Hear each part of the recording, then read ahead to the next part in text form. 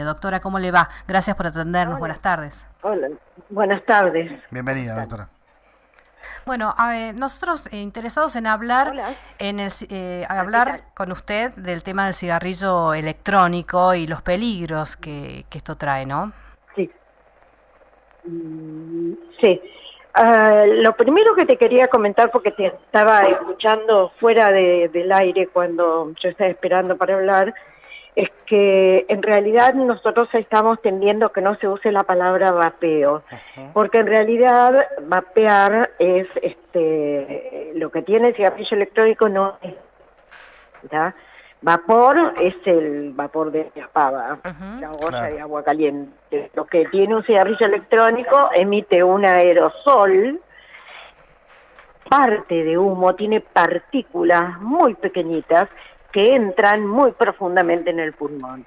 De hecho, probablemente esa es la causa que ha provocado todas estas enfermedades, porque hace llegar estas partículas a las profundidades del pulmón. Claro. Claro, entonces justamente lo que nos está explicando tiene que ver con esto, ¿no? Con que en realidad no es por absorber vapor, sino justamente otras sustancias que son mucho más peligrosas. Mucho más peligrosas. Seguramente que son más peligrosas porque se ha visto que en los cigarrillos electrónicos de nueva generación, que calientan el líquido mucho más con mucho más temperatura que los primeros, porque tienen baterías mucho más potentes, lo que antes eran sustancias inocuas o no dañinas, se transforman y liberan sustancias dañinas, ¿sí? Eso por un lado, y por otro lado, hay que insistir en que nosotros tenemos una vía aérea que no está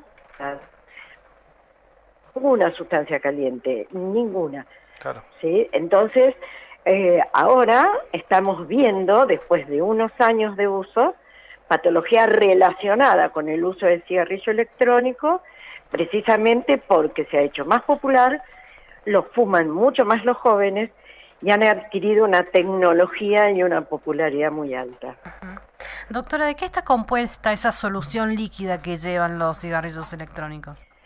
Generalmente lo que tienen es propilenglicol o glicerina, que en realidad son sustancias inocuas habitualmente. El propilenglicol es lo que se usa para hacer la niebla teatral, Ujú. los boliches, en los recitales de música, todo ese humo, ese vapor, esa niebla.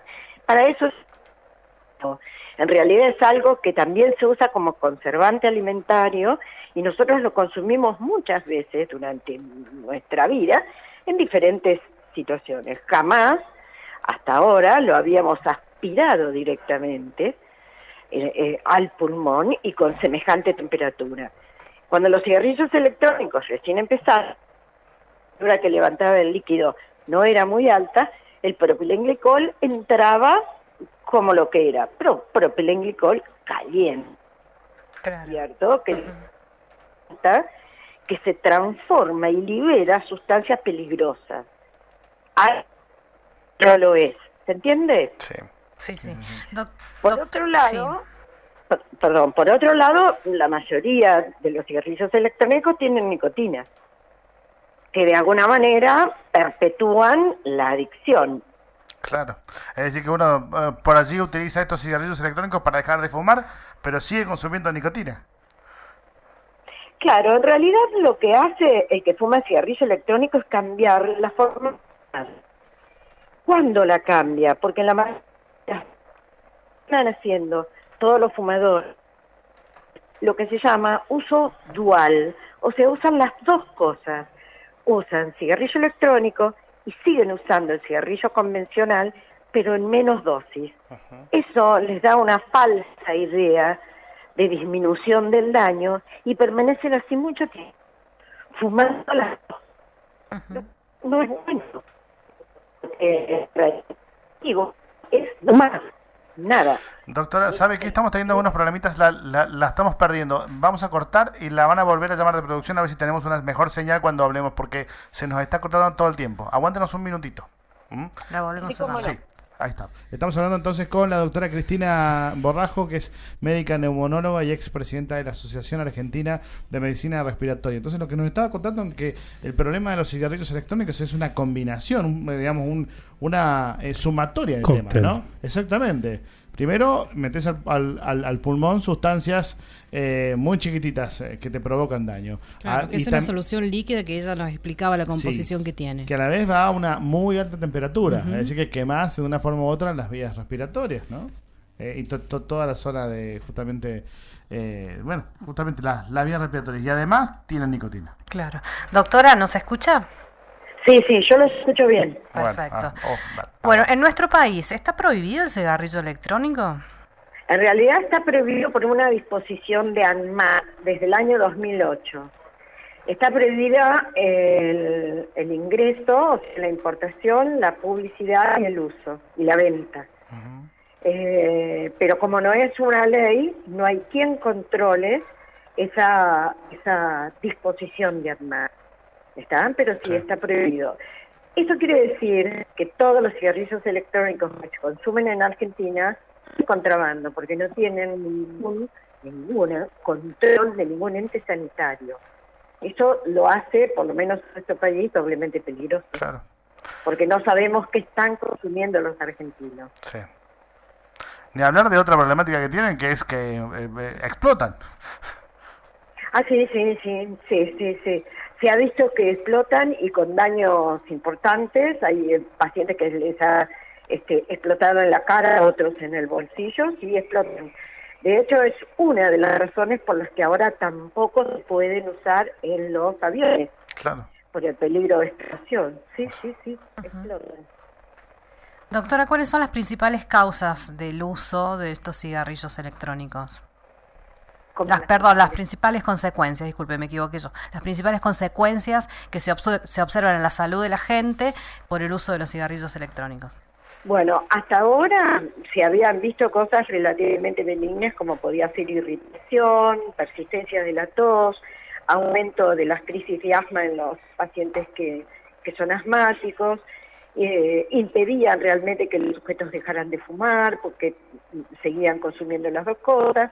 Pero a partir de las descripciones que se hicieron en Estados Unidos, se ha relacionado con una enfermedad aguda, bilateral, extensa, pulmonar, por supuesto, grave, que puede llevar a la muerte y que donde se han descartado todas las otras causas de este tipo de enfermedades y se ha relacionado con el uso de cigarrillos electrónicos.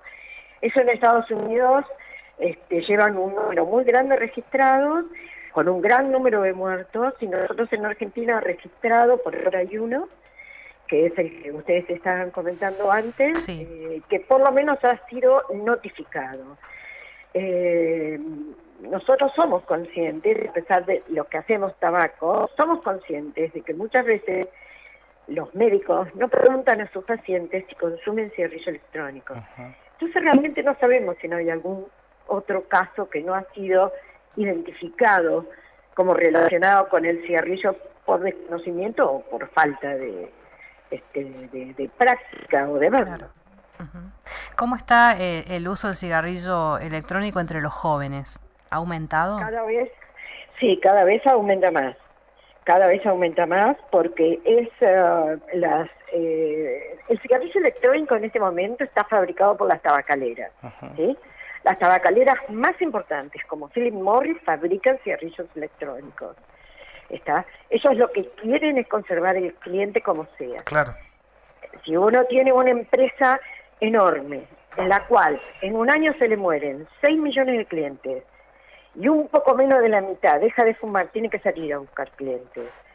Entonces sale tentando a los jóvenes, que siempre son los más vulnerables a cualquier tipo de adicción, con un falso mensaje de que esto es sano, que es mejor fumar esto que cigarrillo común. Entonces los jóvenes debutan con cigarrillo electrónico y al año más de la mitad está consumiendo cigarrillo común y deja el electrónico, ¿entiendes?